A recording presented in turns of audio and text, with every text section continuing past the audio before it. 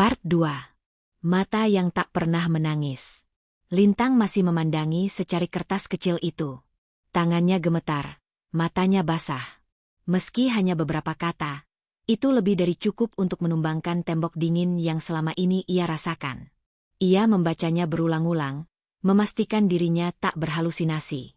Maaf kalau suara ibu selalu tinggi, tapi hati ibu selalu untukmu. Kertas itu dilipatnya pelan. Lalu ia simpan di dalam dompet. Sebuah benda kecil yang kini menjadi harta paling berharga baginya. Pagi yang sunyi, tapi hangat. Tidak ada teriakan pagi ini.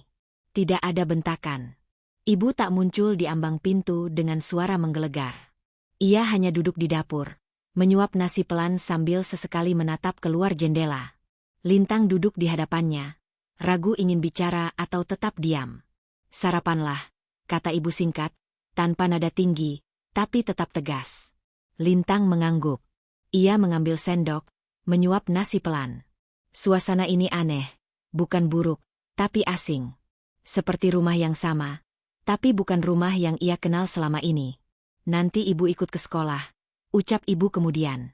Kau bilang ada presentasi, kan? Lintang menatap ibunya. Kali ini benar-benar menatap. Ada garis-garis kelelahan di wajah ibu. Matanya sembab, mungkin karena begadang, atau mungkin karena menangis. Tapi Lintang tahu, ibu adalah tipe perempuan yang tidak membiarkan air mata jatuh sembarangan. Ibu capek ya? Tanya Lintang lirih. Ibu tidak langsung menjawab. Ia menatap piringnya, lalu berkata tanpa menoleh. Capek itu biasa. Tapi ibu nggak bisa berhenti. Kalau ibu berhenti, kalian makan dari mana? Masa lalu yang membentuk. Perjalanan ke sekolah ditempuh dengan motor tua peninggalan ayah. Lintang dibonceng, berpegangan pelan di belakang ibu. Angin pagi menampar wajah, tapi entah kenapa hari itu terasa lebih lembut. Di tengah jalan, tanpa diminta, ibu bicara. Waktu ibu seusiamu, ibu harus jualan kerupuk keliling. Nggak sempat ngerasain bangku sekolah. Nggak ada yang bangunin ibu pakai suara lembut. Hidup keras. Jadi ibu pikir, kalian juga harus keras. Lintang tak menyela. Ia hanya mendengarkan. Tapi ibu lupa. Kalian bukan ibu. Kalian anak-anak yang butuh kasih, bukan bentakan. Motor melaju. Tapi dalam hati Lintang, sesuatu berhenti. Sebuah pemahaman tumbuh. Bahwa galaknya ibu bukan dari kebencian, tapi dari luka yang tak pernah sembuh. Dari masa lalu yang tak memberi ruang untuk lembut. Konflik baru. Sang adik, Raka. Di sekolah, presentasi berjalan lancar. Bu Marni duduk di barisan paling belakang. Wajahnya tak menunjukkan emosi apa-apa. Tapi ketika Lintang selesai dan semua orang bertepuk tangan, ia melihat sekilas, mata ibu sedikit berkaca-kaca. Namun setibanya di rumah, ketenangan itu langsung terusik. Raka. Suara ibu kembali meledak. Lintang terkejut, buru-buru masuk ke dalam. Raka, adik laki-lakinya yang baru berusia 13 tahun, duduk di lantai dengan muka tertunduk. Buku-buku sekolah berserakan, dan di tangannya tergenggam handphone. Main game lagi. PRMU belum selesaikan.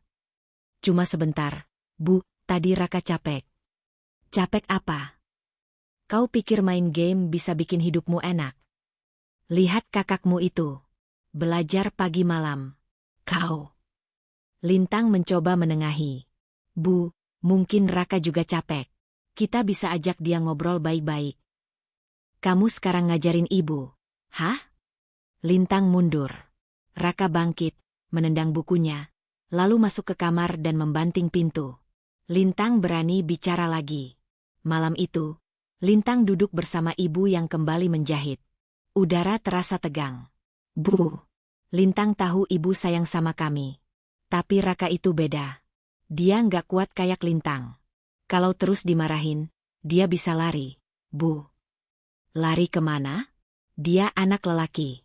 Harus tahan banting. Iya, Bu. Tapi lelaki juga bisa luka. Lintang cuma takut. Nanti dia malah nyari pelarian yang salah. Bu Marni menghentikan jahitannya. Pandangannya kosong. Ibu takut, Lin. Takut kalian jadi lemah. Takut kalian gak bisa jaga diri kalau ibu gak ada. Lintang menggenggam tangan ibu. Kami gak akan lemah kalau ibu kuat dan lembut.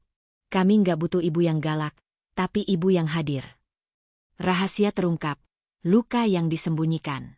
Keesokan harinya, Lintang mendapati ibu duduk sendiri di depan rumah, memegang foto lama. Ini foto ayahmu, waktu kita baru nikah. Dia orang paling sabar yang pernah ibu kenal. Tapi dia juga yang ngajarin ibu. Jangan pernah biarkan anakmu tumbuh tanpa pelindung. Tapi Bu, pelindung itu bukan bentakan. Kadang pelindung itu, pelukan. Bu Marni terdiam. Lama. Ibu pernah gagal jadi anak yang baik. Ibu nggak mau gagal jadi ibu. Lintang memeluk ibunya. Ibu nggak gagal. Ibu cuma belum selesai belajar. Arah cerita ke depan. Malam itu, suasana rumah berbeda. Tidak ada suara tinggi. Tidak ada tangis. Hanya suara jangkrik dan detak jam dinding. Ibu tak langsung berubah, dan Lintang pun tahu, ini bukan akhir. Tapi satu hal pasti. Luka itu mulai disembuhkan. Bukan dengan obat, tapi dengan kejujuran, pelukan, dan saling mengerti. Namun bayangan Raka masih jadi tanda tanya. Apakah anak laki-laki yang terus ditekan bisa tumbuh kuat? Atau justru memilih jalan yang menjauh?